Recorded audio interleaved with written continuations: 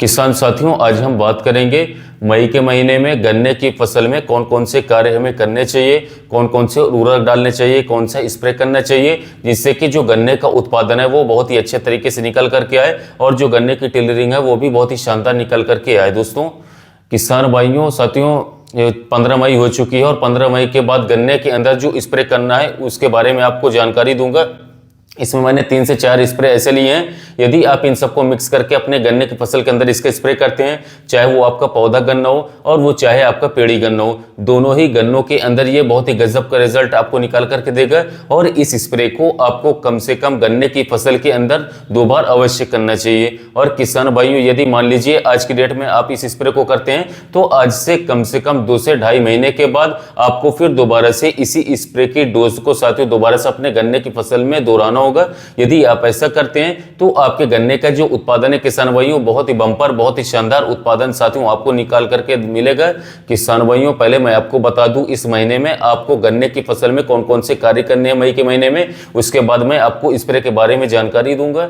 किसान भाइयों, यदि आपने अभी तक हमारे कृषि मित्र चैनल को सब्सक्राइब नहीं किया तो आप मेरे चैनल को सब्सक्राइब कर सकते हैं, जिससे कि आने वाली वीडियोस की नोटिफिकेशन आपको जल्द से जल्द मिल सके। किसान भाइयों, अब बात करता हूं क्या क्या कार्य आपको करने हैं। यदि आप इस समय पर साथियों गन्ने की फसल में जाएंगे तो इस समय पर आप देखेंगे कि साथियों कि खरपतवार हल्के फुल्के उगे हैं, तो उन्हें अच्छी तरीके से निराई गुड़ाई करवा लीजिए। और निराई गुड़ाई नहीं करवा पाते तो खरपतवार नाशक को स्प्रे कर दीजिए।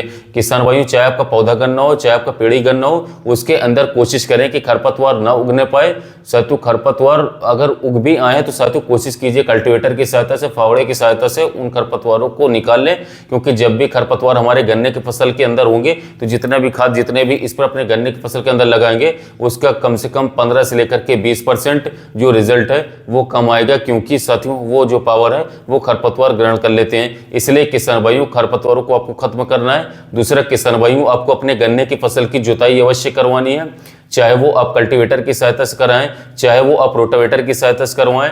गन्ने की जुताई आप लगातार करवाते रहें, कम से कम आपको 2 से लेकर के 3 गन्ने की जुताइयां करवानी चाहिए। और उसके साथ साथ फावड़े से या फिर साथियों जो हमारी कस्सी होती है उसके सहायता से भी गन्ने की जो खुदाई है वो आपको करवानी चाहिए। यदि आप गन्ने की जड़ को साथियों खोखा रखेंगे, भुरभुरा रखेंगे तो गन्ने की फसल इससे साथियों की टिलरिंग काफी तेजी से चलेगी और काफी संख्या में जो कल्ले होंगे वे गन्ने की फसल के अंदर से निकल करके आएंगे। जितने ज्यादा कल्ले गन्ने की फसल के अंदर निकलेंगे उतने ज्यादा किसान भाइयों जो उत्पादन होगा गन्ने का वो अच्छी तरीके से निकल करके आपको मिलेगा। तो सबसे पहले तो आपको ये ध्यान देना है साथियों, जैसा कि आप इस समय पर खेतों में ध्यान देंगे, अब छोटे छोटे ब्यात निकाल करके चलना है गन्ने से, क्योंकि गन्ने की फसल के अंदर यदि खरपतवार नहीं है और यदि 2-3 बार जुताई आप करवा चुके साथियों तो अच्छे से कल्ले फूट करके आएंगे साथियों। इसके साथ साथ नीचे से टिलरिंग निकलने में कोई दिक्कत नहीं आएगी। साथियों बात कर लेते हैं कि स्प्रे के बारे में, कि इतना कार्य करने के बाद आपको अपने गन्ने की फसल के अंदर कौन कौन से स्प्रे कितनी कितनी मात्रा में उपयोग करने हैं। सबसे पहले आपको मैं बता दूं, सिंचाई करने से पहले आप लोगों को स्प्रे करना है और उसके अगले दिन अपने गन्ने की सिंचाई अवश्य ही जरूर करवा देनी है। एक बात का आपको और ध्यान देना है, इस सिंचाई के कम से कम 15 दिन के बाद आपको दूसरी सिंचाई भी अवश्य करवानी होगी। जब गन्ना हल्का सा साथियों सताव मारना शुरू कर दे उस समय पर आपको दूसरी सिंचाई करनी है, उससे पहले दूसरी सिंचाई किसान भाइयों आप बिल्कुल भी ना करें। साथियों सबसे पहले मैं आपको बताऊंगा कि आपको लेना है यूरिया। यूरिया की मात्रा साथियों आपको 1 किलोग्राम प्रति एकड़ के हिसाब से लेना होगा। और इसके साथ साथ दोस्तों आपको एनपीके 18-18-18 आता है, इसकी मात्रा भी आपको 1 किलोग्राम प्रति एकड़ के हिसाब से लेना होगा। जो आपको साथियों एनपीके लेना है कोशिश करें आप ये इफको कंपनी का लें, ये मात्र आपको साथियों 100 से 110 रुपए का मिल जाएगा। और किसान साथियों इसके अंदर सल्फर की मात्रा जुड़ी रहती है, जो कि आपके गन्ने की फसल के लिए बहुत ही जरूरी इंपॉर्टेंट है। इसके साथ साथ किसान भाइयों आपको सागरिका की मात्रा लेनी है 500 ml प्रति एकड़ के हिसाब से। साथियों सागरिका की जगह आप ना मिले तो बायोविटा ले सकते हैं, बायोविटा ना मिले तो एंजाइम गोल्ड ले सकते हैं, या फिर साथियों आप सिनेंटा का क्वांटिस ले सकते हैं 500 ml प्रति एकड़। और किसान साथियों इसके साथ आपको लेना होगा साथियों फिप्रोनिल 5% SC, जो एससी फॉर्मुलेशन वाला इंसेक्टिसाइड आता है, अगाड़ी एसी या महावीर एसी नाम से आता है, इसकी मात्रा 500 ml प्रति एकड़ के हिसाब से लेनी होगी। इस तरीके से 4 कॉम्बिनेशन हो गया, पहला यूरिया, दूसरा एनपीके, तीसरा सागरिका और फिप्रोनिल। अब किसान भाइयों यदि आपके पास इस समय पर कैल्शियम नाइट्रेट का साथियों पैक आपके पास है या कैल्शियम नाइट्रेट आप ला सकते हैं, तो 1 किलोग्राम प्रति एकड़ के हिसाब से आपको कैल्शियम नाइट्रेट भी लेना होगा। और कैल्शियम नाइट्रेट को भी इन चारों पांचों के अंदर अलग अलग घोल करके मिक्स कर देना है। किसान भाइयों लगभग 350 लीटर पानी के अंदर आपको इन सभी चीजों को एक साथ मिक्स कर लेना है और अपने गन्ने की फसल के ऊपर इसका स्प्रे करवा देना है। यदि आप इस तरीके से स्प्रे अपने गन्ने की फसल के ऊपर करते हैं साथियों और किसान भाइयों, उसके बाद अपने गन्ने की सिंचाई कर देते हैं, इतना करने के लगभग 2 से ढाई महीने बाद आपको यही डोज दोबारा से अपने गन्ने की फसल के अंदर लगानी है। तो आपको गन्ने का जो उत्पादन होगा वो बहुत ही शानदार, बहुत ही बम्पर साथियों उत्पादन आपको निकाल करके साथियों आएगा।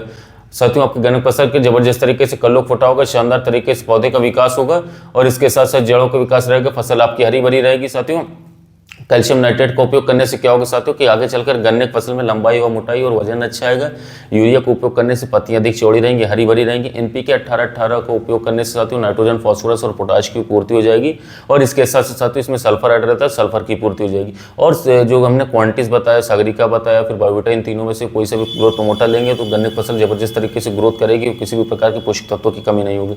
तो जो मैंने 5 कॉम्बिनेशन बताए फिर से मैं डोज बता दे रहा हूँ। 1 किलोग्राम यूरिया लेना है, 1 किलोग्राम आपको एनपीके 18-18 लेना है। इसके साथ साथ साथियों आप लोगों को 500 ml लेना है सिंजेंटा कंपनी का क्वांटिस। अगर ये ना मिले तो सागरिका 500 ml, अगर ये भी ना मिले तो बायोविटा 500 ml, तीनों में से कोई सा भी ले लीजिए। इसके अलावा साथियों में फिप्रोनिल जो आता है 5% एसी किसी भी अच्छी कंपनी का 500 ml प्रति एकड़।